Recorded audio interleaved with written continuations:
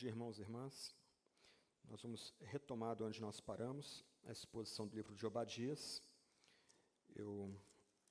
Semana passada eu citei Romanos capítulo 11, verso 22, como um tipo de resumo apropriado a toda essa pequena profecia.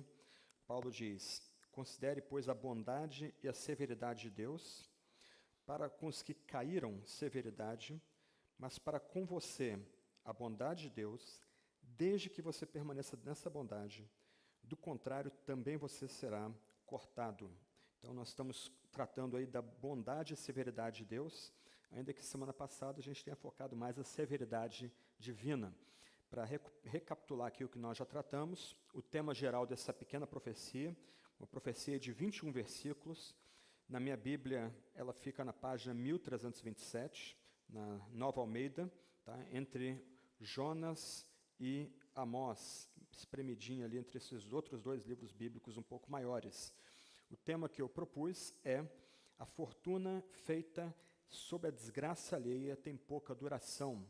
Esse é o tema que eu sugeri para nós focarmos aí, servir como nosso óculos para a gente interpretar essa pequena profecia. A fortuna feita sob a desgraça alheia tem pouca duração. Semana passada eu ofereci alguns detalhes introdutórios para os irmãos e para as irmãs, como o que a gente pode saber da autoria, datação, o contexto, quem que é Edom, Esaú, Jacó, porque essas duas etnias estão em conflito, como é descrito aqui na profecia, e nós tratamos os primeiros 9 versos da profecia. Nós tratamos aí, então, fechamos aí falando de Obadias, verso 1 até verso 9, e essa sessão trata da iminente destruição de Edom. E Deus, pela boca do profeta, isso é bem enfatizado na profecia, que é Deus falando 4 vezes nesse pequeno texto, em 21 versículos, 4 vezes é dito que é o Senhor que fala por meio do profeta, ele fala por meio de uma visão recebida desse próprio Deus. Então, nesses 9 versos, nós temos uma descrição da destruição que será derramada sobre Edom, sobre os edomitas. E uma das ilustrações que eu usei semana passada, para a gente tentar fixar o ponto aqui, é que esse tipo de ação divina, em que Deus intervém e subverte uma nação, ele literalmente faz essa nação se desfazer diante dos outros povos, isso não está circunscrito apenas ao passado. Eu usei aqui o caso da Romênia, quando em 1989, num período de 6 dias, um regime tirânico que já durava 25 anos naquele país, simplesmente caiu. Mas a gente também precisa lembrar que outras vezes, e é o que acontece com Edom aqui, vai ser necessário passar algum período de tempo até que Deus venha e faça juízo contra aqueles que fazem fortuna feita sob desgraça alheia, essa fortuna tendo pouca duração. Vamos ler então o texto de hoje, verso 10 até o verso 21, tentar entender o que Deus tem para nos dizer nessa manhã aqui, à luz desse breve texto. Por causa da violência feita a seu irmão Jacó, você ficará coberto de vergonha e será exterminado para sempre. No dia em que estranhos levaram os bens de seu irmão Jacó, você estava presente. Quando estrangeiros entraram pelos portões e lançaram sorte sobre Jerusalém, você mesmo era um deles. Você não devia ter olhado com prazer para o dia do seu irmão, o dia da sua calamidade. Você não devia ter se alegrado pelo que aconteceu com os filhos de José no dia da sua ruína. Você não devia ter falado de boca cheia no dia da angústia. Você não devia ter entrado pelo portão do meu povo no dia da sua calamidade. Você não devia ter olhado com prazer para o seu mal no dia da sua calamidade. Você não devia ter posto as mãos sobre os seus bens no dia da sua calamidade. Você não devia ter parado nas encruzilhadas para exterminar os que escapassem. Você não devia ter entregue ao inimigo os que escaparam com vida no dia da angústia. Porque o dia do Senhor está prestes a vir sobre todas as nações. Você será tratado da mesma forma como tratou os outros. O mal que você fez cairá sobre a sua cabeça. Porque, assim como vocês beberam no meu santo monte, assim todas as nações beberão sem parar, irão beber, engolir, e serão como se nunca tivessem existido. Mas no monte Sião haverá livramento, o monte será santo, e os da casa de Jacó tomarão posse de sua herança.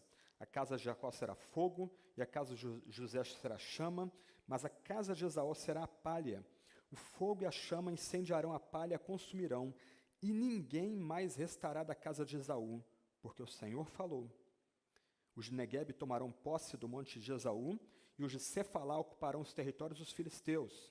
Tomarão posse também dos campos de Efraim e dos campos de Samaria, e Benjamim tomará posse de Gileade. Os cativos do exército dos filhos de Israel tomarão posse do território dos cananeus até Sarepta, e os cativos de Jerusalém, que estão em Sefarade, tomarão posse das cidades do sul. Salvadores hão de subir ao monte Sião, para julgarem o monte de Esaú, e o reino será do Senhor. Nós estamos dividindo essa profecia em 4 blocos principais. O primeiro bloco a gente tratou semana passada, a iminente destruição de Edom, versos 1 a 9, e agora a gente começa a entrar nos 3 blocos finais. E o segundo bloco que a gente precisa dar uma olhada aqui vai do verso 10 ao verso 14, quando agora o profeta começa a descrever o comportamento de Esaú, ou de Edom.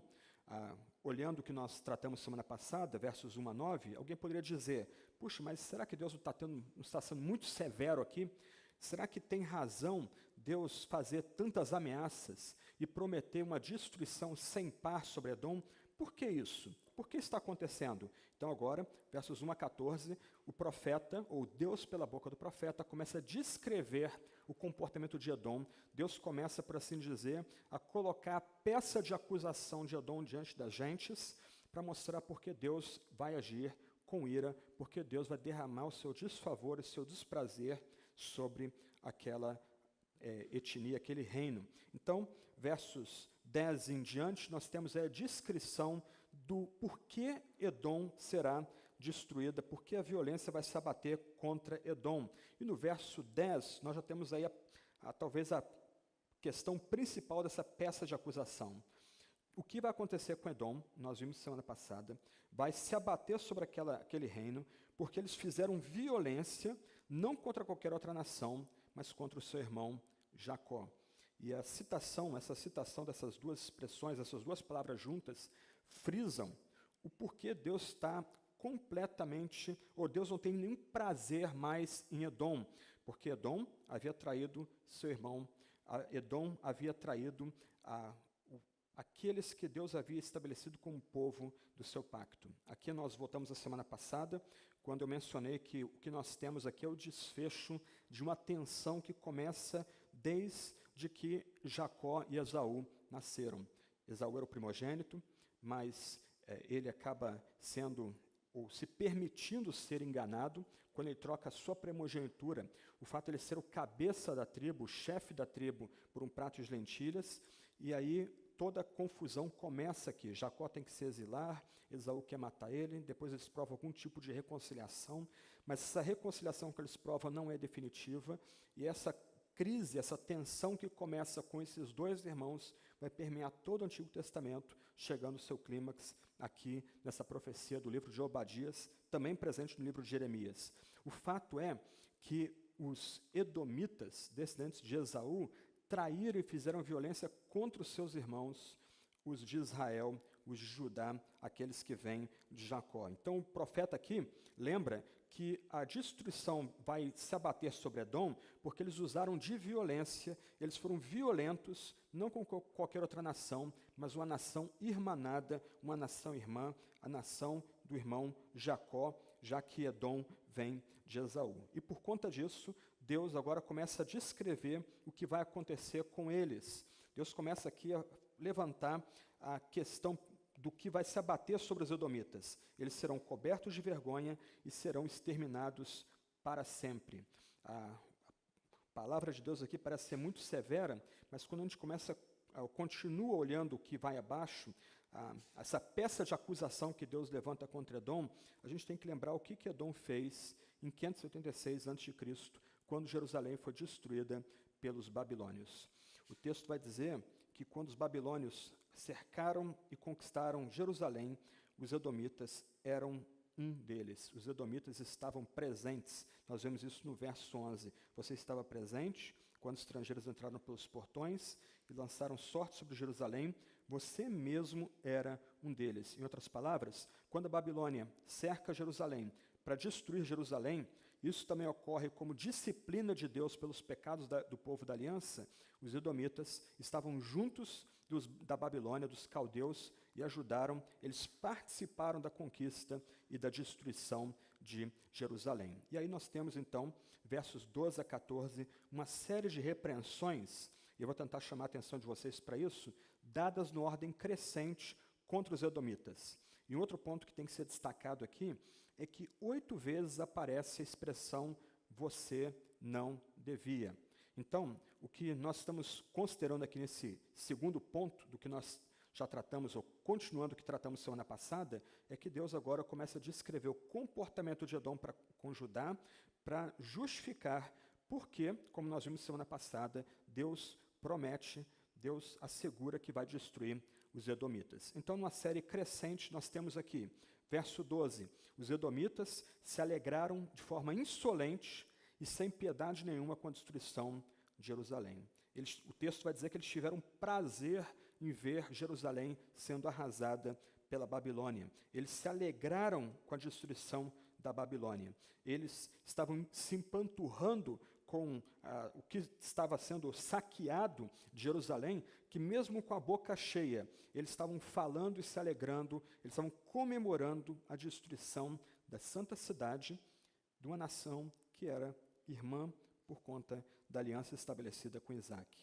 Verso 13, aí lembra que isso aqui é um crescente. Então, verso 12, os edomitas se alegrando, celebrando a destruição de Jerusalém. Verso 13, eles não só fizeram isso, eles não só ficaram nos montes ao redor de Jerusalém, vendo as máquinas de cerco espremendo a cidade, os soldados da Babilônia subindo as muralhas para arrasar a muralha, mas eles também participaram do saque. Eles entraram pelas portas de Jerusalém, irmanados com a Babilônia, e ajudaram a saquear a cidade. Verso 13 diz que eles entraram pelo portão do povo de Deus, eles olharam com prazer o mal que se abateu sobre o povo de Deus, e eles meteram as mãos nos bens de Jerusalém. Eles ficaram ricos por causa da desgraça de Jerusalém. E aí, verso 14, para aumentar a infâmia aqui, você lembra que Jerusalém fica num monte elevado e cercado por outros montes, então ele tem vários vales ao redor da cidade. Então, enquanto judeus conseguiam fugir de Jerusalém, os edomitas se postavam naqueles vales para capturar esses judeus, saquear os bens deles, matar uns e vender outros como escravos para a Babilônia. É isso que eles estavam fazendo, ou isso que eles fizeram alguns anos antes de Obadias proferir essa profecia. Então, Deus, ao ser suscitado a ira contra Edom, ele coloca diante de nós as razões que levam-no a decidir exterminar, como diz o texto bíblico, essa nação. Em outras palavras, o que nós vemos aqui, a gente já tratou disso no livro de Abacuque, é que se de um lado Deus levanta nações para disciplinar o pecado do seu próprio povo, do outro lado, essas nações que Deus usa como tipo de chinelo para disciplinar os pecados do povo, um tipo de vara para disciplinar os pecados do povo, esses deram conta do seu pecado também. Eles não ficarão impunes. Ainda que Deus se sirva da ira dessas pessoas, desses ímpios, eles não ficaram impunes, eles darão conta do seu pecado para Deus. Então, ainda que Deus tenha levantado os caldeus como instrumento de disciplina contra a igreja do Antigo Testamento, esses caldeus, junto com os edomitas, darão conta dos seus pecados. E tudo isso aqui acontece, verso 12 de novo, no dia do seu irmão. A expressão dia aqui é interessante. Se você anotar os versos 12, 13 e 14, depois do 15, o uso do dia aqui vem num crescendo também. Parece que a ideia aqui é que o dia simboliza um momento decisivo, tanto na história do povo de Judá, na cidade de Jerusalém, mas também simboliza um dia definitivo que vai acontecer num futuro não muito distante. Então nós temos no verso 12 a expressão no dia do seu irmão, isto é, no dia de Jacó, o irmão de Esaú. Então no dia do seu irmão acontece o dia da sua calamidade, o dia da sua ruína, o dia da angústia, isso no verso 12. No verso 13 é citado 3 vezes que o que Edom fez no dia da calamidade do seu irmão. 3 vezes você encontra aí dia da sua calamidade repetido. Depois o verso 14, o que Edom fez no dia do seu irmão, no dia da angústia. Mas aí, isso faz uma transição para o que vem abaixo, depois algumas promessas muito bonitas que Deus faz para nós aqui. Tudo isso é um sinal de que o sofrimento não é permanente, a dor não é permanente, porque se espera, verso 15, o dia do Senhor, quando o reino será do Senhor. Isso a gente vai ver mais abaixo aí. Mas o fato é que esses edomitas, descendentes de Esaú, irmão de Jacó, do qual os de Israel e de Judá vieram, esses edomitas, eles se uniram com a Babilônia para destruir Jerusalém. Eu já no passado já descrevi aqui como é que era um cerco no mundo antigo, não vou cansar vocês com os detalhes, mas o fato é que era uma guerra sem quartel. Não havia nenhuma beleza na guerra antiga, não existia nem Convenção de Genebra, mas o fato é que quando uma cidade cercada não se rendia de forma imediata para aquela nação que estava vindo conquistar, essa cidade cercada era completamente exterminada. As pessoas, os habitantes ali perdiam totalmente o favor do rei conquistador. Nós já vimos aqui um pouquinho desses detalhes aqui no texto bíblico, a cidade sendo saqueada, os edomitas se embebedando e se empanturrando de comida com o saque da cidade, os sobreviventes da cidade que não foram exterminados, sendo vendidos como escravos, perdendo totalmente os seus direitos, perdendo nome, perdendo linhagem, perdendo história. E aí, quando a gente consegue traçar esse cenário, a gente consegue entender, por exemplo, um salmo chocante, como o Salmo 137, que é um salmo do exílio. E é o tipo de salmo que gera extremo incômodo com a gente. Ou é um salmo que deixa a gente um pouquinho chocado aí. Mas quando a gente começa a entender o que Edom fez, o que a Babilônia fez, o nível absurdo de violência deles, a falta de qualquer empatia com a dor do próximo, nós começamos a entender o Salmo 137. Aqui, homens e mulheres estão já cativos na Babilônia, e eles estão rememorando a glória de Sião e da santa cidade. E aí o Salmo diz: às margens dos rios da Babilônia, nós nos assentávamos e chorávamos lembrando de Sião, porque Sião foi destruída, o monte foi profanado, o templo totalmente arrasado. Nos salgueiros que lá havia, nos rios da Babilônia, pendurávamos as nossas harpas, pois aqueles que nos levaram cativos nos pediam canções, e os nossos opressores queriam que fôssemos alegres, dizendo: cantem para nós um dos cânticos de Sião. Mas como poderíamos entoar um cântico ao Senhor em terra estranha? Se eu me esquecer de você, ó Jerusalém, que a minha mão direita se resseque, que a minha língua fique colada ao céu da boca, se eu não me lembrar de você, se eu não preferir Jerusalém, a minha maior alegria. Contra os filhos de Edom, lembra-te, Senhor.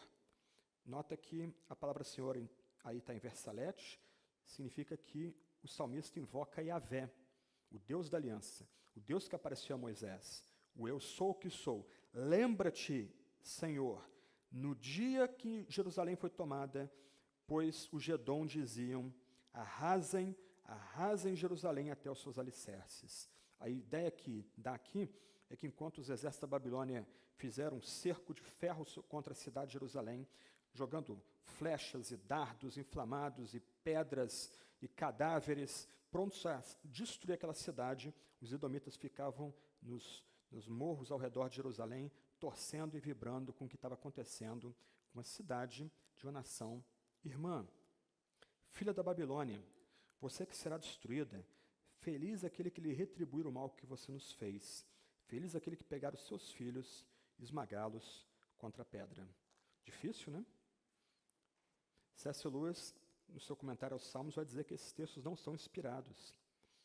Mas os textos são inspirados, são reconhecidos como canônicos, desde sempre. O que nós temos aqui, ao considerar um salmo como esse, que está dentro do contexto da nossa história aqui, é que só ora esse tipo de salmo aqueles que entendem que Deus é completamente justo, reto e santo. numa era de ambiguidade moral, de relativismo, a gente não consegue orar esse tipo de salmo. Senhor, tu não vais vingar? Olha o que fazem contra o teu povo. Olha como cristãos são mortos na África e na Ásia. O Senhor não vai intervir? O Senhor não vai agir? O Senhor não vai demonstrar a sua justiça, a sua vingança contra esses?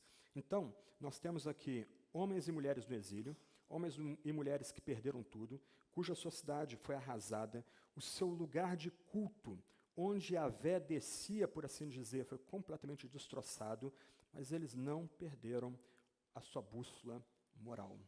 Eles sabem que mesmo com a sua cidade arrasada, Deus está nos céus, o Senhor, o Yahvé, o eu sou que estou, ele continua reinando. Mas se você notar, no Salmo imprecatório, como é chamado, o salmista não pede para Deus ajudá-lo a se vingar. Ele suplica para que Deus mesmo intervenha. E Deus intervém. Enquanto Belsazar profanava os utensílios saqueados do templo, num banquete, numa orgia profana, Deus escreveu na parede, e naquela mesma noite, a Medopérsia conquistou a Babilônia, e toda a liderança da Babilônia foi arrasada, foi destruída, toda a cidade saqueada. Enquanto aqueles homens oravam no exílio, Obadias, um pouco antes, estava profetizando a ruína e a destruição de Edom. Em outras palavras, homens e mulheres com senso moral nutrido por uma visão exaltada da santidade e da glória de Deus, eles vão implorar para que Deus intervenha com justiça. Isso não implica que a gente vai carregar raiva, ódio, amargura. Não, nós imploramos para que Deus faça justiça, para que a santidade de Deus triunfe, para que o mal seja derrotado. Eu realmente não entendo pessoas gostarem de filmes ou graphic novels, ou o que quer que seja, de entretenimento, que tenha final ambíguo. O mundo já é suficientemente ambíguo. Eu gosto de ver filme, eu gosto de ler um bom gibi, uma boa história em quadrinhos, em que o mal vai ser derrotado no final. Ponto. O que o Salmo expressa é que o mal receba o seu pagamento. O que Obadias lembra agora, de encontro ao Salmo, é que aqueles que agiram mal contra a santa cidade, contra o povo eleito, receberão o justo juízo no dia do Senhor. O que nós temos aqui, então, é uma descrição da justiça poética. Lembra que eu mencionei isso semana passada.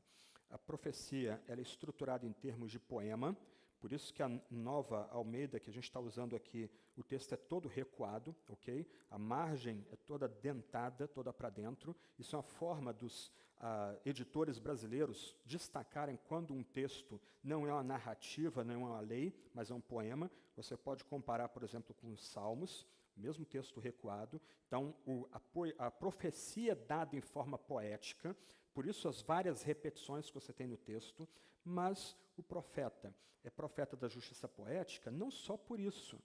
O que o profeta quer mostrar é que, assim como Edom agiu, ele vai receber o seu devido pagamento. Qual o tema que eu tenho oferecido para vocês aqui dessa pequena profecia?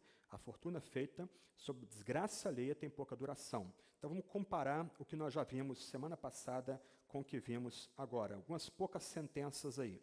Olha só, eu coloquei no quadro, eu sei que a letra está pequenininha, mas depois você recebe o PowerPoint para você depois voltar ao texto do sermão. Edom se envolveu em traição contra Judá, versos 11 e 12, acabamos de ler. Portanto, verso 7, que vimos semana passada, deveria perecer mediante a traição dos aliados. A grande ironia aqui é que a Babilônia, que recebeu apoio de Edom para destruir Jerusalém, vai ser destruída, ou vai destruir, Edom vai ser destruída pela Babilônia mais adiante. Outro ponto, verso 13, Edom se aproveitou da oportunidade para roubar Judá. Então, como nós vimos semana passada, versos 5 a 6, Edom vai ser roubada, saqueada, inclusive seus tesouros escondidos. Edom levantou a espada, ou sacou a espada, e mostrou violência contra Judá. Verso 9, Edom então vai perecer pela matança. Versos 12 a 14, Edom procurou a completa destruição de Jerusalém e se alegrou em ver Judá e Jerusalém arrasadas. Verso 10, verso 18, Edom vai ser completamente destruída. Verso 14, Edom procurou entregar e até expulsar o remanescente, aqueles que sobreviveram da cidade de Jerusalém como escravos. Assim, no final, é o remanescente de Judá que vai a possuir a terra de Edom, no verso 19. Versos 15 a 16, nós temos então a terceira parte da profecia, o julgamento de Deus. Então, na primeira parte, versos 1 a 9, nós temos Deus dizendo: eu vou arrasar, eu vou destruir por meio da matança Edom.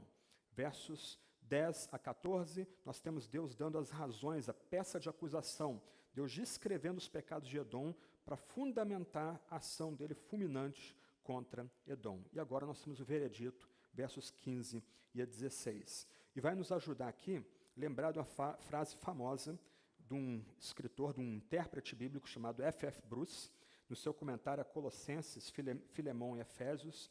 Ele diz basicamente o seguinte: enquanto a salvação na Bíblia é de acordo com a graça, o julgamento, nessa mesma Bíblia, é de acordo com as obras. O que nós temos, então, dos versos 15 a 16, é uma corroboração dessa frase: Deus vem para julgar, e vai julgar segundo as obras de Edom.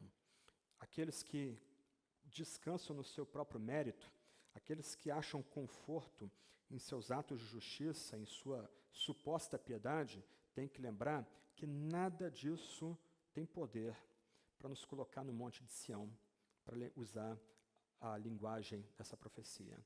Somente a graça de Deus nos coloca no Monte de Sião.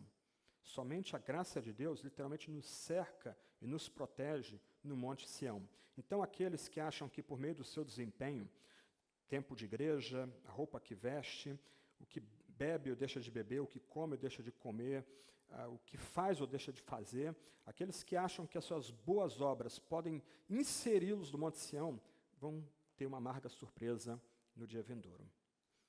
As obras serão todas consumidas. O que Obadias lembra é que o veredito de Deus, o julgamento de Deus, vem sobre o nosso desempenho. Somente escondidos na graça de Deus e do seu Messias, no Monte Sião, a gente pode ter esperança de ficar de pé no dia do Senhor, quando o reino será desse mesmo Senhor. Então, verso 15 começa com uma frase muito bonita, que é central na piedade do Antigo Testamento. Porque o dia do Senhor está prestes a vir sobre todas as nações. O dia do Senhor. Esse é um dos grandes temas do Antigo Testamento, uma expressão que aparece várias vezes no Antigo Testamento.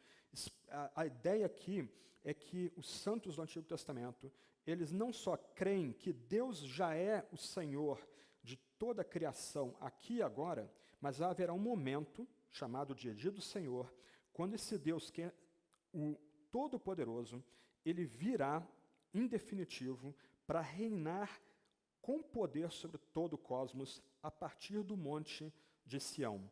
Então, essa expressão, o dia do Senhor, ela tem uma conotação, de um lado, de julgamento, há uma esperança, uma expectativa do fiel do Antigo Testamento que o julgamento venha, mas, do outro lado, essa expressão não só se refere a essas ações pontuais de Deus, levantando a Síria, destruindo a Síria, levantando a Babilônia, destrói a Babilônia, levanta os medo-persas, arrasa os medo-persas, levanta a Macedônia, desfaz a Macedônia, reparte Macedônia em 4 outros reinos.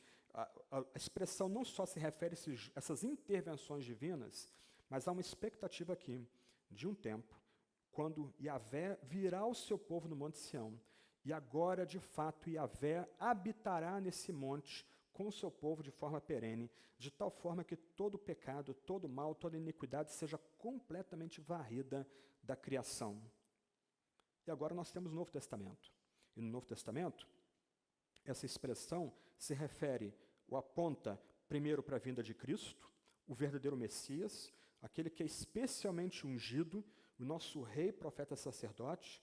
Mas essa expressão, dia do Senhor, no Novo Testamento, aponta para a gente, para aquele tempo em que Cristo virá em segunda vez, em definitivo, não mais como Salvador, mas agora como juiz, o juiz de toda a criação, o juiz de todo o cosmos, para dar um fecho nessa história e começar um novo tempo, onde não vai haver mais pecado, nem dor, nem morte, nem lágrima, nem tristeza. A ideia aqui é que Deus está agindo na história paulatinamente, preparando o terreno para essa vinda por meio de atos que a gente já chama de dia do Senhor, mas nós esperamos com santa expectativa esse grande dia, esse dia glorioso, quando Cristo retornar para encerrar a história. Então, o que nós vemos com Edom é uma ilustração do que Deus já está fazendo, levantando e derrubando nações e impérios e reinos, mas também aponta para a gente uma época, um momento no tempo,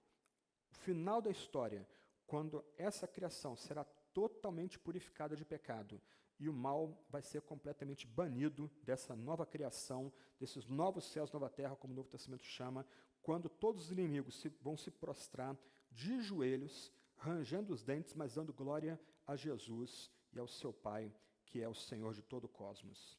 E aí no verso 16 nós temos o texto que pode, por assim dizer, resumir toda essa profecia. Verso 16, porque assim como vocês beberam no meu santo monte, assim todas as nações beberão, sem parar, irão beber, engolir e serão como se nunca tivessem existido. Edom e a Babilônia profanaram o santo monte do Senhor. Essas duas nações, uma nação irmã da casa de Judá e uma outra nação estranha, estrangeira, com a língua estranha, respirando e adorando a violência, elas profanaram o lugar onde Deus habitava. Elas tornaram o lugar onde Deus habitava um grande lixão. Se empanturraram de comida, se embebedaram, beberam até cair. Da mesma forma, então, como eles fizeram, assim se fará com eles. A profecia aqui está no plural. E é interessante, da mesma forma como Edom se embebedou nesse Monte Santo, os inimigos de Edom vão cercá-lo e vão embebedá-lo. A ideia aqui é que Edom não vai conseguir tirar a caneca de bebida, de vinho, da mão dos seus inimigos, ele não vai conseguir parar de tomar aquele cálice amargo, o que é um eco daquele cálice que Cristo toma no Calvário. E da mesma forma que a ira de Deus vai ser derramada sobre Edom, o fato de estar no plural aqui a passagem, lembra que essa ira também vai ser estendida à Babilônia, como de fato aconteceu mais adiante. Mas o centro aqui é, você será tratado da mesma forma como tratou os outros. O mal que você fez cairá sobre a sua cabeça.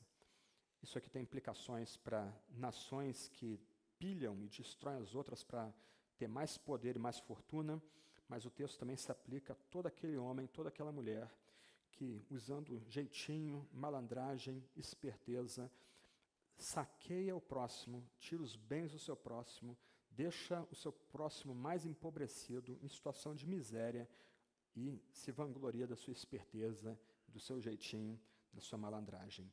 Essa fortuna feita sobre a desgraça alheia, essa fortuna que foi feita pelo saque dos bens do próximo, terá pouca duração.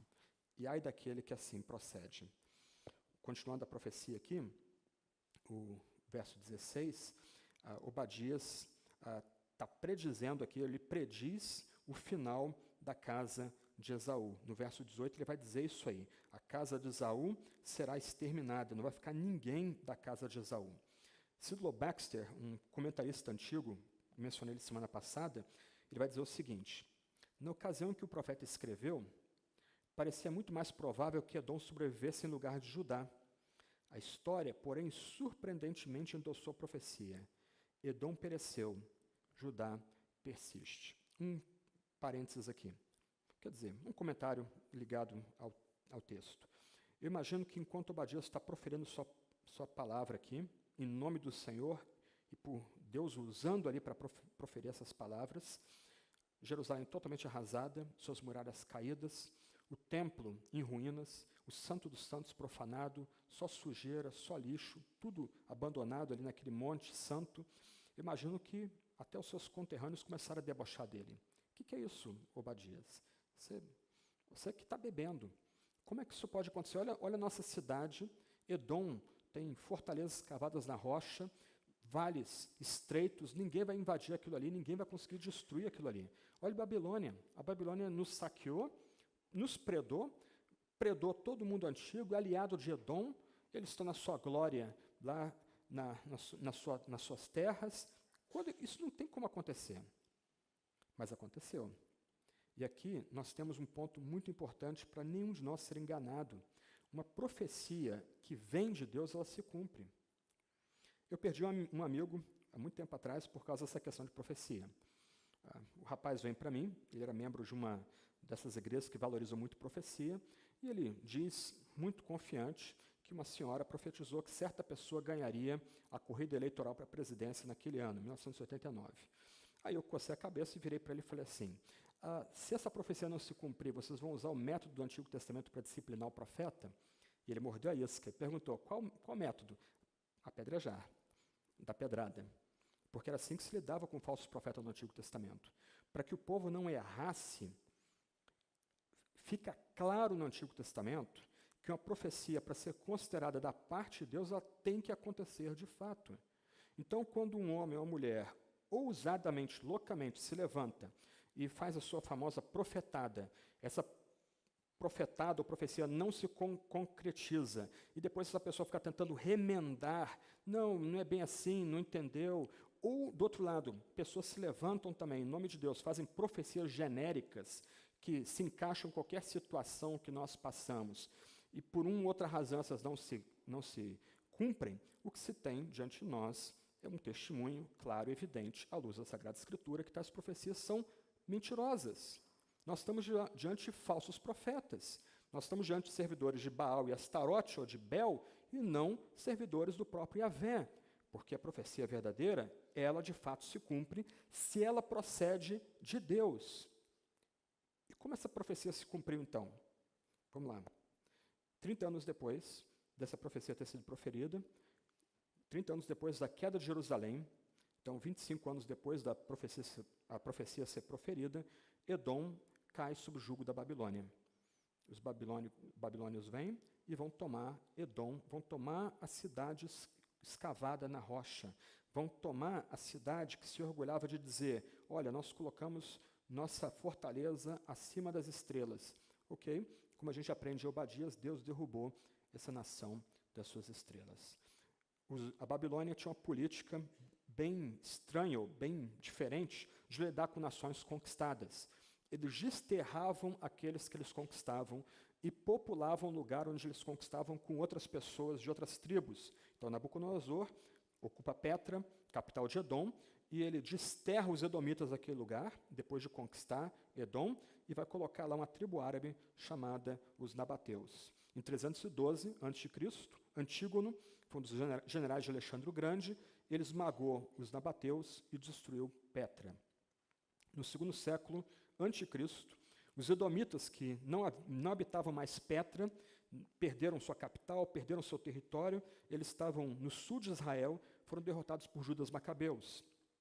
1 Macabeus, capítulo 5, versos 3 e 65, na Bíblia de Jerusalém, diz assim, então Judas levou a guerra aos filhos de Esaú, na Idumeia, na região de Acrebatena, porque eles estavam assediando Israel.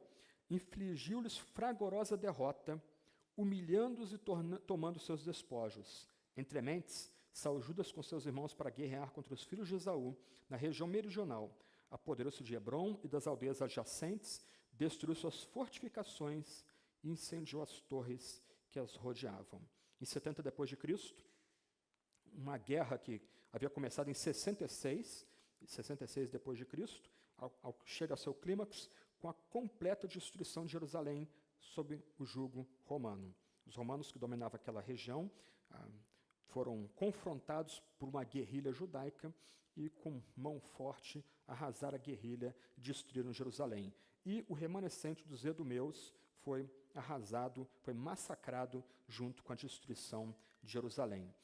Orígenes de Alexandria, um pai da igreja que escreve no século III, vai dizer, então, naquela época, século III depois de Cristo, mais ou menos aí uns 800 anos depois da profecia de Obadias, que os edomeus eram um povo cujo nome e a língua haviam perecido por completo.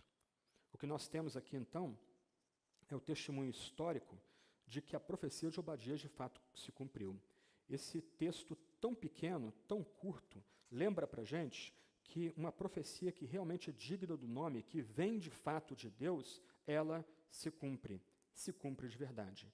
Aqui ninguém pode ser enganado. Aqui ninguém deve ser enganado. Um profeta, ao ousadamente falar em nome de Deus, ele tem que então ver que essa palavra de fato se cumpra como os profetas da antiguidade. E por último, quarto ponto aí, nós temos então a promessa agora de restauração de Judá. Se antes nós temos aí o julgamento de Deus contra Edom, seu veredito contra Edom, Edom vai ser completamente arrasada, do jeito que eles agiram, outros vão agir com eles da mesma medida, então nós temos aqui uma promessa de restauração. Versos 17 a 21. E aí começa: no monte Sião haverá livramento, o monte será santo. Nesse dia de julgamento, e você tem que lembrar então que a destruição de Edom é uma ilustração da destruição que virá sobre os incrédulos no último dia, quando Cristo voltar em glória. A destruição de Edom, então, lembra que o lugar de salvamento, o lugar onde estarão salvos aqueles, no dia que Jesus, ou no dia que o Senhor, usando a linguagem aqui de Obadias ainda, né? No dia que o Senhor vier para julgar os pecados de Edom, o lugar de salvação é no Monte Santo, no Monte de Sião. E o ponto aqui é que na linguagem do Antigo Testamento, o Monte de Sião era literalmente o centro de Jerusalém, onde ficava o templo que era usado para fazer os sacrifícios expiatórios, para aplacar a santidade divina e alcançar o favor divino. Esse monte, ele significa também o lugar da presença de Deus. É ali que Deus habitava em glória quando era satisfeito pelos sacrifícios feitos ali naquele lugar. Mas, usando a linguagem do Novo Testamento, nós esperamos um outro Monte Sião. Em Hebreus 12, versos 18 em diante, se você lembrar, nós lemos aí versos 16 e 17 semana passada, ok? Quando eu tentei destacar que a única forma de nós fugirmos do julgamento vindouro é mediante arrependimento verdadeiro, mediante uma tristeza pelos pecados que seja genuína. Então, olha a continuação do texto aí do apóstolo. Ora, vocês não chegaram ao fogo palpável e aceso, à escuridão, às trevas, à tempestade, ao toque da trombeta, ao som das palavras tais... Peraí, só um minutinho só. Desculpa, errei. Verso 22 a 24, perdão. Pelo contrário, vocês chegaram ao Monte Sião e à cidade do Deus vivo, a Jerusalém celestial e a milhares de anjos. Vocês chegaram à Assembleia Festiva, à Igreja dos Primogênitos arrolados nos céus. Aí presta atenção, o que é o Monte Sião? O que é a Nova Jerusalém? Vocês chegaram a Deus, o juiz de todos, e aos espíritos justos aperfeiçoados, e a Jesus, o mediador da nova aliança, e ao sangue da aspersão, que fala melhor do que o sangue de Abel. Em outras palavras, agora, pensando em termos de toda a Escritura, nós, que temos o Novo Testamento diante de nós esperamos, então, sermos refugiados onde o próprio Deus e onde o próprio Cristo está. E se nós estamos com Deus e Cristo, nós estamos no Monte de Sião, abrigados do juízo vindouro, do julgamento que Deus profere e da sua ação vingadora contra o pecado e contra a maldade humana. Então, o Monte Sião aqui é o lugar de livramento. Esse monte vai ser santo. É uma explicação ou um lembrete de que, segundo o verso 16, se esse monte foi profanado, Deus vai limpá-lo de novo, Deus vai purificá-lo de novo, Deus vai fazer uma limpeza purificadora nesse monte, para que ali habitemos junto com Deus e seu Messias, junto com Deus e seu Cristo. E aí o texto diz que os de Jacó e os de José, eles herdarão a terra, eles tomarão a sua herança. Os da casa de Jacó tomarão posse e herança, os da casa de Jacó serão fogo, os da casa de José serão chama, e a casa de Esaú será palha, palha que simplesmente passa. Os versos seguintes, 18 e 19, falam da extensão da terra. Então, aqui a gente precisa pensar em dois níveis de cumprimento dessa profecia aqui. No primeiro nível, a implicação é literal, isto é, aqueles que foram espalhados entre as nações, eles serão reunidos de novo. E eles voltarão a tomar posse da terra que Deus havia prometido desde Gênesis 12. só que essa extensão vai ser maior do que qualquer extensão alcançada por qualquer rei do passado, seja Davi, Salomão, Uzias, o que seja. O povo de Judá e Israel será reconstituído. Os da casa de Jacó e os da casa de José. A ideia aqui é que os da casa de José representam o reino do norte, as 10 tribos que foram varridas do mapa no século VIII pelos assírios e sumiram, ok? E agora Jacó representando as 2 outras tribos que representam o reino de Judá. Então, o que é impossibilidade para nós, olhando humanamente, né, o que é estranho, já que a casa de José foi completamente varrida do mapa, as 10 tribos foram completamente deletadas para sempre, eles viram samaritanos no Novo Testamento tão desprezados pelos judeus da época, Deus promete que eles serão reunidos de novo. Deus promete que eles serão reconstituídos.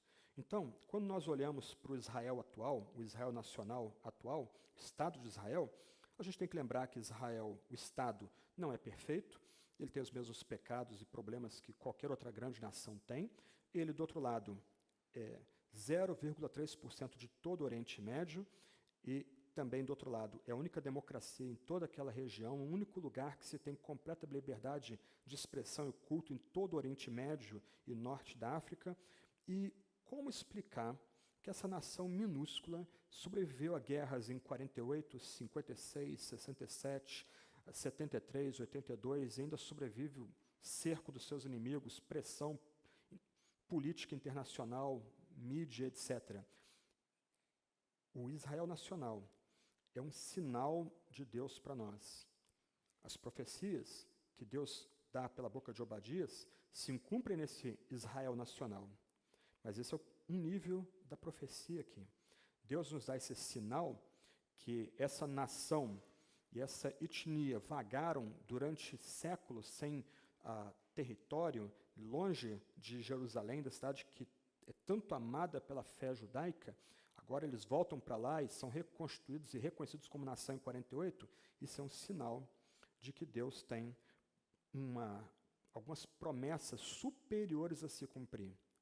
Então, na medida que Deus reconstitui a sua nação, como nós vemos hoje, a gente precisa olhar além. Da mesma forma como Deus manteve sua aliança com os de Judá, porque os seus dons são irrevogáveis, o seu pacto não pode ser quebrado, assim, esse mesmo Deus agirá para, no dia do Senhor, colocar-nos todos no Monte Santo, nesse Monte Sião, para celebrarmos a Ele e, como diz o último verso aí, 21, para sermos salvadores ou julgadores também nesse monte. A ideia aqui, então, que o nosso profeta quer transmitir para a gente, é o que começa a acontecer com Israel agora, é um sinal do que Deus vai fazer espetacularmente no futuro. Nós não estamos substituindo o Israel espiritual, e esse é um ponto importante no ensino do Antigo Testamento. Você tem todo Israel, o Israel nacional, mas dentro de Israel você tem um Israel espiritual. Você tem idólatras, trapaceiros, prostitutas, traidores, gente sórdida dentro do Israel nacional, dentro do pacto que Deus estabeleceu com a nação. Mas dentro do Israel nacional você tem um outro tipo de Israel, o Israel espiritual, o Israel realmente eleito. Nós não estamos substituindo como gentios Israel. Nós, na verdade, estamos sendo incorporados no Israel espiritual, substituindo o número daqueles que simplesmente passaram para a história, daqueles que foram apagados pela história, como, por exemplo, as tribos de Israel que foram destruídas pelos assírios. Em outras palavras, a gente não tem como ser arrogante com aqueles de Israel. Isso lembra, uma vez, eu levei um judeu messiânico para dar uma palestra no seminário e alguém perguntou para ele, quando é que você foi convertido? E ele ficou muito ofendido com aquilo. Porque ele diz, gentio é que é convertido. Vocês que foram enxertados miraculosamente na videira verdadeira. Eu estou reconhecendo o Messias que já foi prometido no Antigo Testamento. Vocês que têm que ouvir do Messias primeiro para se converter a ele depois. Não há nenhuma razão de nós nos orgulharmos ou de sermos arrogantes para com os de Israel. Mesmo no endurecimento, a gente lembrado em Romanos 11 que esse endurecimento não é passageiro, não é permanente. Haverá um tempo que esse endurecimento cessará. Então, quando nós olhamos para a nação de Israel hoje, nossa mente tem que ser transportada para além, para um tempo em que Deus e seu Cristo voltarão em glória absoluta e vão trazer o seu reinado para toda a terra, para todo o cosmos, e de dois povos vai derrubar a parede de divisão, vai fazê-los um único povo, um novo Israel espiritual reconstituído para adorar o Senhor para sempre e para sempre. Por isso que o texto termina com um grito de triunfo. O reino será do Senhor. No dia do Senhor, o reino será do Senhor. Não sei se dá para perceber aqui que Obadias ele está olhando além da história. Deus está falando pela boca dele. E Deus está falando promessas de que o pecado de Edom receberá seu justo castigo. Mas, do outro lado, não basta só uma palavra de severidade. Deus coloca diante de nós uma palavra de bondade, que ressalta a misericórdia, a graça dele. Nesse dia do Senhor, nós, todos juntos, seremos levados a esse santo monte. Deus mesmo estará nesse santo monte. Yahvé chamar, o Senhor estará ali. E nós vamos celebrar esse Senhor para sempre e para sempre. Nós vamos nos regozijar, não só com a retidão, com a completa retidão, com a completa santidade, com o fato de Deus ser completamente íntegro, mas nós vamos celebrar, porque no meio da destruição, Deus salva um povo que lhe é peculiar. Deus atrai para si um povo que é do seu coração, um povo que antes não era povo. E Deus mantém sua aliança com esse povo, e Deus reconstitui esse povo, de tal forma que quando Deus voltar com o seu Messias, com o seu Cristo, nós seremos esse Israel constituído. Então a gente pode vibrar aqui com Obadias. O reino será do Senhor. O reino será do Senhor. No último dia, o mal vai ser completamente varrido do cosmos. E agora, o cosmos será completamente santo. E esse cosmos pertencerá todo ao Senhor.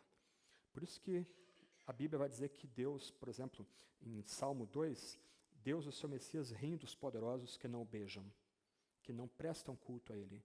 Porque nesse dia do Senhor, ao mesmo tempo que ele vai dar favor para aqueles, como diz o Salmo 1, que andaram na lei, que caminharam no livro da aliança, Deus vai despedaçar esses povos. O mal não ficará impune, o pecado não ficará impune. Aqueles que fizeram fortuna sobre a desgraça alheia receberão seu justo pagamento. 5 aplicações para nós encerrarmos aqui, bem rapidamente aí. Primeira aplicação, Obadias lembra que Deus governa aqui e agora o céu e a terra. Deus, aqui e agora, é o Senhor de todas as nações. A nossa tendência, quando a gente começa a ver muita malandragem no campo político, no campo econômico, ao nosso redor, quando a gente acha que Deus está retardando a manifestação da sua justiça, é assumir uma postura cínica diante do mundo. Sempre foi assim, sempre vai ser assim, não tem como mudar, é isso aí, vamos tocar o barco. Não, Obadias está lembrando para a gente que nós cristãos, nós que já buscamos abrigo no Monte Sião, não precisamos ser cínicos. Antes, sabendo o tipo de pagamento que Deus vai dar para aqueles que fazem a fortuna feita sobre desgraça alheia, a gente tem que botar a mão na boca e temer. E se regozijar porque a gente está abrigado do justo juízo dele. Então a gente tem que lembra, traz isso à mente. Obadias está profetizando Jerusalém completamente arrasada, mas ele está afirmando, Deus permanece Senhor. Deus é o Senhor do cosmos. Deus virá no seu santo dia. Deus comanda terra e céu. Isso a gente pode internalizar, guardar no nosso coração. Não importa o que a gente passe, não importa as fases da nossa vida, não importa o mal que nos ronda, Deus permanece Senhor. Deus está sentado no seu santo trono. O cosmos é do Senhor. E o que a gente precisa é buscar refúgio nele. Segunda aplicação. Deus exige justiça. Deus demanda justiça. Ainda que ele seja paciente e misericordioso, você tem que lembrar que levaram 30 anos para essa profecia ser cumprida, o Senhor não irá tolerar um comportamento contrário à sua vontade. E aqui a gente tem que ter em mente que, ainda que pessoas possam ser malandras, espertinhas, driblar o juízo aqui da terra, usar todos os subterfúgios para fugir da lei, talvez vai ser a pior surpresa para brasileiros no dia do julgamento final. Não tem como ser malandro com Deus. Não tem como ser esperto com Deus. Deus não vai tolerar jeitinho. Ele é completamente reto. Ele é completamente santo. Não há nem nada de maldade em Deus. Ele é sempre bom, sempre benigno. E todo mal, todo pecado, toda crueldade receberá o justo juízo divino. Os trapaceiros serão cortados. Para lembrar um trecho de uma letra de um cantor popular americano, aqueles que são espertos no jogo, aqueles que se acham espertos no jogo, no dia do Senhor, eles serão abatidos e cortados. Então, Obadias lembra para a gente isso. Quando a gente vê facínoras caindo, bandidos sendo presos e condenados e julgados, quando nós vemos grandes impérios ruindo, às vezes ruindo uma semana, a gente tem que lembrar, o Deus que é Senhor, o Deus que comanda o cosmos, Ele não só é bom para com os que estão abrigados no Monte Sião, mas esse Deus que reina no cosmos, Ele virá para fazer justiça, e sua justiça será retributiva. Se de um lado nós estamos abrigados no Monte Sião por causa da graça divina, aqueles que se arrogaram suas obras, aqueles que confiaram nos seus méritos, eles vão ter uma grande surpresa. Seus supostos méritos vão se desfazer na presença de Deus. As suas obras, na verdade, vão se levantar para julgá-los. Outra aplicação. A gente tem que notar que Edom representa todas as nações que são inimigas de Deus. Então, o que acontece com Edom, como o que acontece com outros impérios e nações poderosas no decorrer da história, ela lembra para a gente o juízo vindouro de Deus. Edom representa orgulho nacional, nacionalismo exacerbado, autossuficiência, a confiança na sabedoria e no poder humano, confiança na cobiça, na crueldade. Os reinos, as nações, os impérios foram construídos sobre esses pilares, serão completamente arrasados. A Alemanha Nacional Socialista é uma prova dessa, a União Soviética, outra prova desse ponto, Polônia, a Hungria, Alemanha Oriental, Romênia, essas nações que fizeram fortuna feita sobre desgraça alheia, que adoraram o seu próprio poder, elas foram subvertidas pelo próprio Deus e lembram o que Deus vai fazer no dia vindouro. Outra aplicação para nós aqui. Jerusalém estava arrasada e Obadias está proferindo sua profecia diante de uma Jerusalém arrasada. A gente é lembrado aqui que nenhuma arma forjada contra o povo de Deus vai alcançar a vitória final sobre esse mesmo povo, porque Deus é por esse povo. Nós estamos cercados por adversários. Hoje, pessoas não escondem mais o desprezo e o ódio que tem pela fé cristã. Vocês veem isso nos meios de comunicação, jornais, revistas, televisão. Essa semana, uma jornalista de um meio de comunicação importante do país não escondia nada o seu desprezo pela fé evangélica no horário nobre, 9 horas da noite, nesse canal de informações. Mas nós precisamos lembrar que ainda que essas pessoas tenham poder, se sirvam do poder, forjem armas contra o povo de Deus, aparentemente derrotem o povo de Deus, eles não dão a última palavra. No texto que a gente leu de Hebreus, você pode voltar a ele depois, o texto fala daqueles mártires que vão ser reunidos com Deus e Cristo nesse santo monte.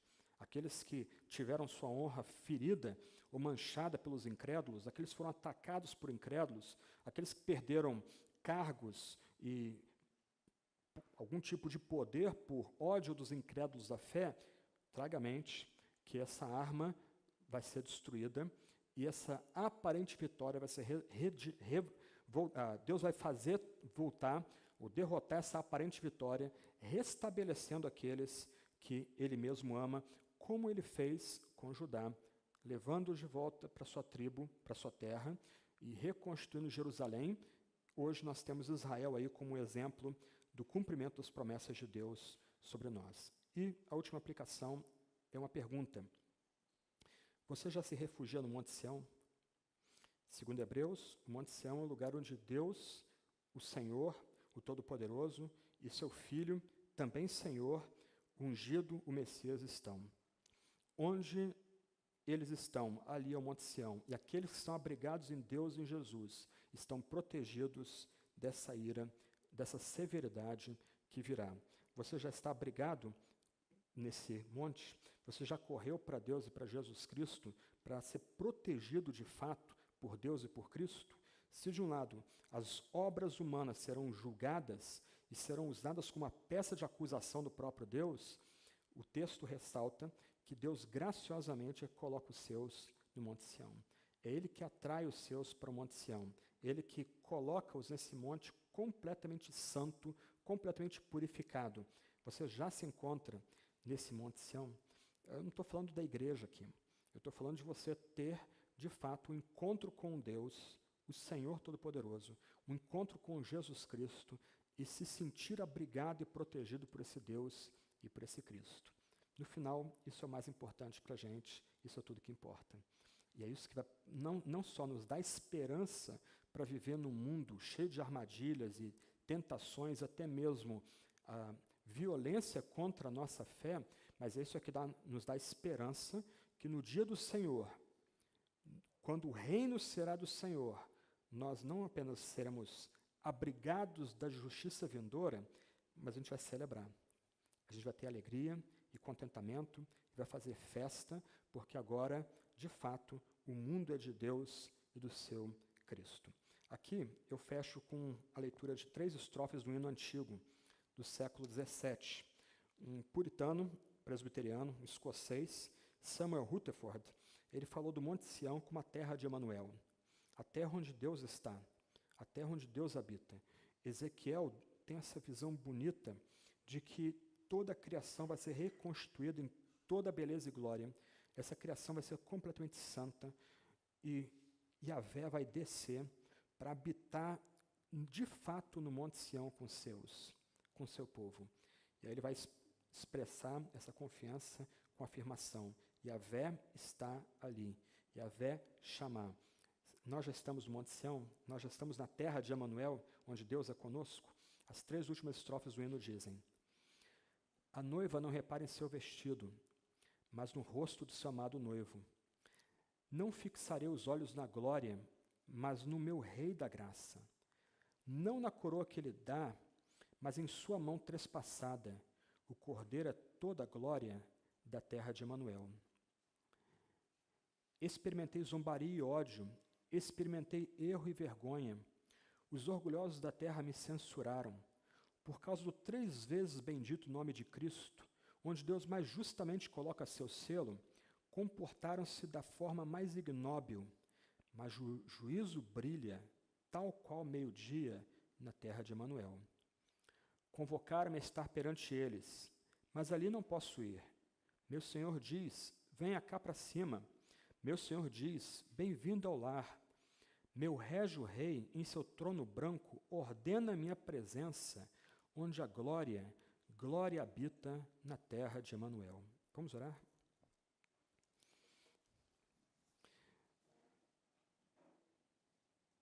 Senhor Deus, teu nome é 3 vezes santo. Nós somos muito pecadores. Estamos cobertos de pecado. Desde a raiz do nosso cabelo até a planta dos pés, tudo que fazemos é contaminado pela maldade e pelo pecado. Ó Deus, não há nada de bom e bonito em nós para que o Senhor venha ter favor da gente.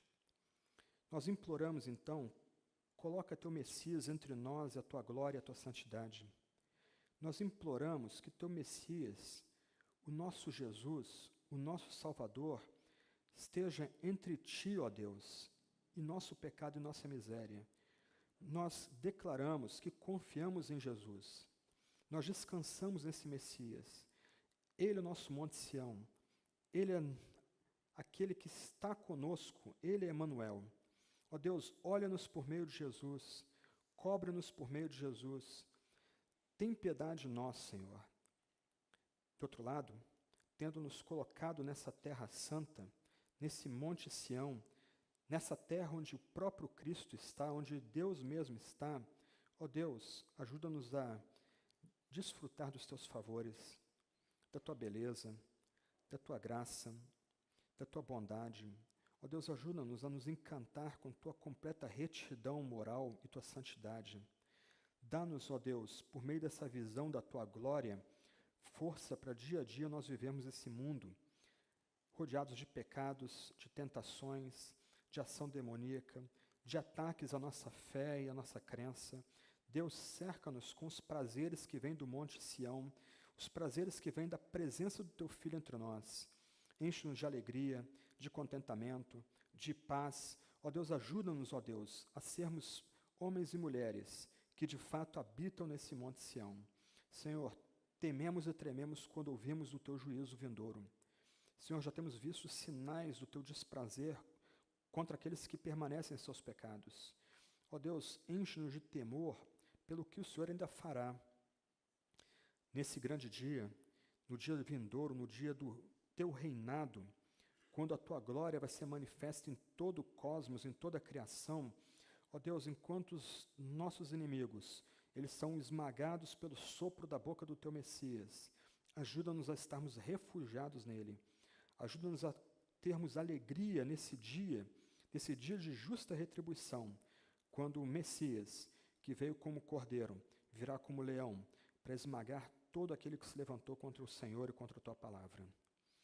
Ó Deus, tem misericórdia daqueles que precisam de emprego em nosso meio.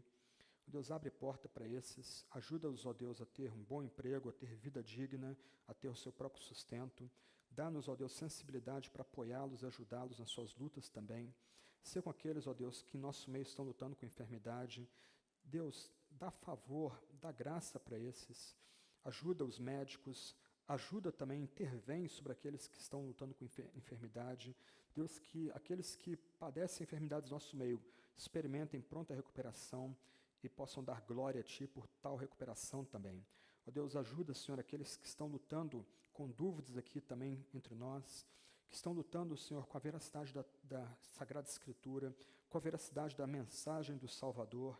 Deus, dá Teu Espírito para esses, internece o coração desses, de tal forma que eles olhem firmes para Ti e para o Teu Filho, e a fé deles seja renovada também. Ser também com o Teu povo em Moçambique, no meio daquela situação tão dramática que eles estão enfrentando ali. Senhor, que tenhas piedade do Teu povo, que, ó Deus, Tu levantes, Senhor, entre nós aqui no país, homens e mulheres que queiram contribuir de alguma forma para ajudar aqueles do Teu povo que estão sofrendo e perderam tudo ali naquela inundação. Ser com aqueles bombeiros brasileiros que se dirigem para lá também, que o Senhor dê o Teu favor naqueles trabalhos que eles têm que fazer ali, cuidado com os enlutados, com os que sofrem ainda. Tem misericórdia daquele país, dos países ao entorno ali também, que estão passando tamanha provação por conta daquele cataclisma. Ó Deus, em tudo isso, ajuda-nos a temer o Teu nome. O Senhor reina. Nada acontece nesse mundo se não for do Teu agrado, não for da Tua vontade. Ó Deus, ajuda-nos a temer o Teu nome. Ó Deus exaltado, ajuda-nos a termos reverência por Ti. E abriga-nos, ó Deus, abriga-nos onde habita a Tua glória, na terra de Emanuel. Que a graça de nosso Senhor Jesus Cristo, que o amor de Deus Pai, que as consolações do Santo Espírito estejam com todos vocês, com todo o povo de Deus em toda a face da terra. Amém.